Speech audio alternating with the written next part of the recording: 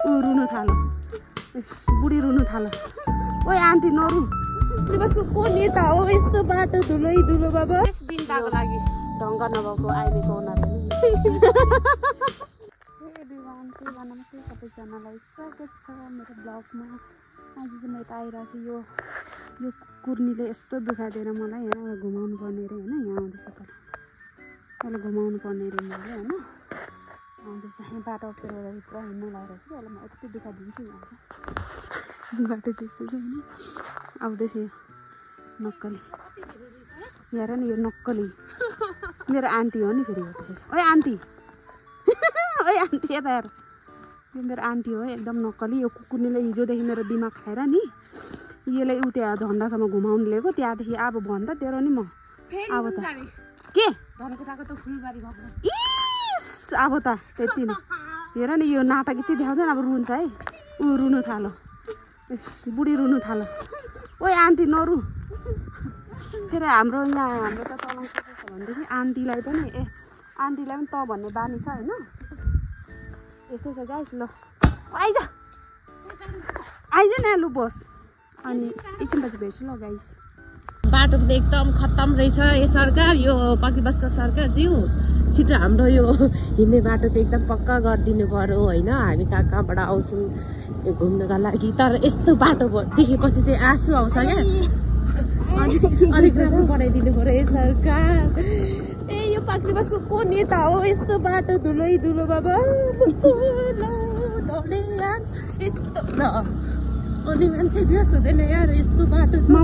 पाक्री बसको यस्तो सुन्दर ठाउँ भनेर सबैले चिनिने तर यो बाटो देखेर चाहिँ एकदम के भन्नु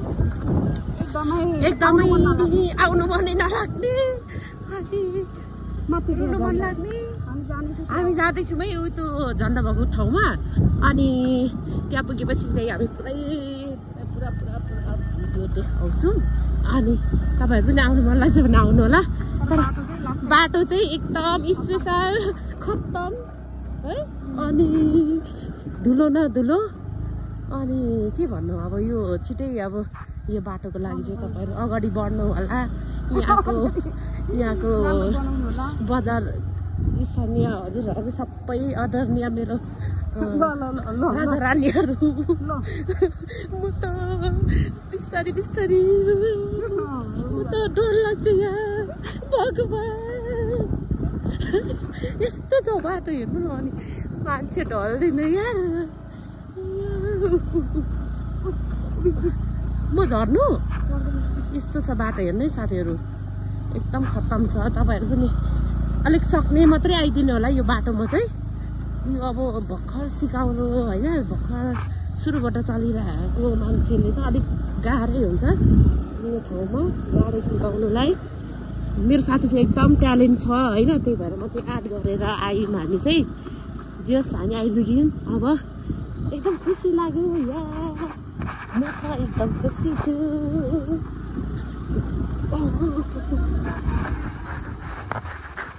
हे गाइस होइन फोटो खिचौँ भनेको यस्तो गर्मीले होइन फोटो पनि राम्रो आएन सबै छाया हेर्नु नि यस्तो छायाले गर्दा एकदमै डिस्टर्ब गर होइन अनि यो चाहिँ एकदमै फोटो नखिच्नु यसको न फोटो खिच्ने ढङ्ग छ न अरूको भिडियो बनाउने ढङ्ग छ एकदमै धेरै ढङ्ग नभएको आइमी रहेछ यो होइन यसको ससुराले कसरी यसलाई झेलिरहेछ यसको बुढोले कसरी झेलिरहेछ भन्छु कि यसको एक नम्बरको एउटा ढङ्ग नभएको आइमे अनर यही हो ढङ्ग नभएको आइमेको अनर यही हो यता हेर ओइ आन्टी यता हेर एउटा मेरो फोटो पनि राम्रो खिच्दैन होइन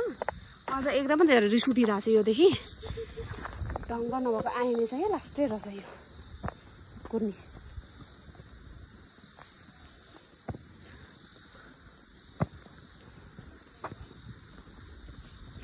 यस्तो दामी छ है के ओ धेर फुल नटिम हामी यहाँ तल कारवाही गर्छ नि कारवाही गर्छ गाई यहाँ आएर फुल कसैले पनि नटिपिदिनु होला होइन किनभने टिप्नु भयो भने म जस्तो एउटा मात्रै टिप्नु होला धेरै नटिप्नु होला किनभने यो फुल टिप्यो भने चाहिँ राम्रो देखिँदैन होइन फुलले गर्दा पनि कति कुरा राम्रो देखिन्छ सन चाहिँ तलबाट हिँड्दै आएको होइन सिडी चाहिँ एकदमै धेरै थकित भयो गाइस एकदमै धेरै थाकेको अवस्थामा एउटा ढङ्ग छैन र गाइस फोटो खिच्ने एउटा ढङ्ग छैन होइन के भन्नु मैले गाइस होइन यो चाहिँ 1 घन्टा हराएर यो कहाँ हरायो भनेको होइन पुरा फुल टिप्दिएर चाहिँ फुल टिपेर आइरहेछ होइन यो फुलले चाहिँ यसले के गर्ने हो थाहा छैन होइन अनि यो कहाँ हरायो भनेको त यी हेर्नु नि यसको ओनर हेर्नु न ओनर विशेष दिनताको लागि ढङ्ग नभएको आइमेको ओनर हेर्नु नि ओइ रुना एक्टिङ गर्ने हिजो जस्तै रुन्छु झन् त बोक्सी म बोक्सी अरे होइन मलाई बोक्सी भन्दै चाहिँ अरे यसको म रातितिर खुन चुस्छु नि म खुन चुस्नु आउँछु बोक्सी भन्नेको होइन तैँले मलाई 1 नम्बरको ढङ्ग नभएको आइमेछ भने मैले मलाई बोक्सी भन्दै चाहिँ देख्नु नि बोक्सी भन्नेको ओनर यही हो यता हेर त ओए बोक्सी नि के हो है यसो छ है र अब हामी चाहिँ फोटो खिच्नु सक्छौँ होइन अनि एकछिन भेट्छु ल गाइस है घुमेर आएँ मेरो साथी घुमेर आएँ होइन अनि आएर मासु पकाउँदैछु अनि खाना खाने है त र मासु लिएर होइन ओके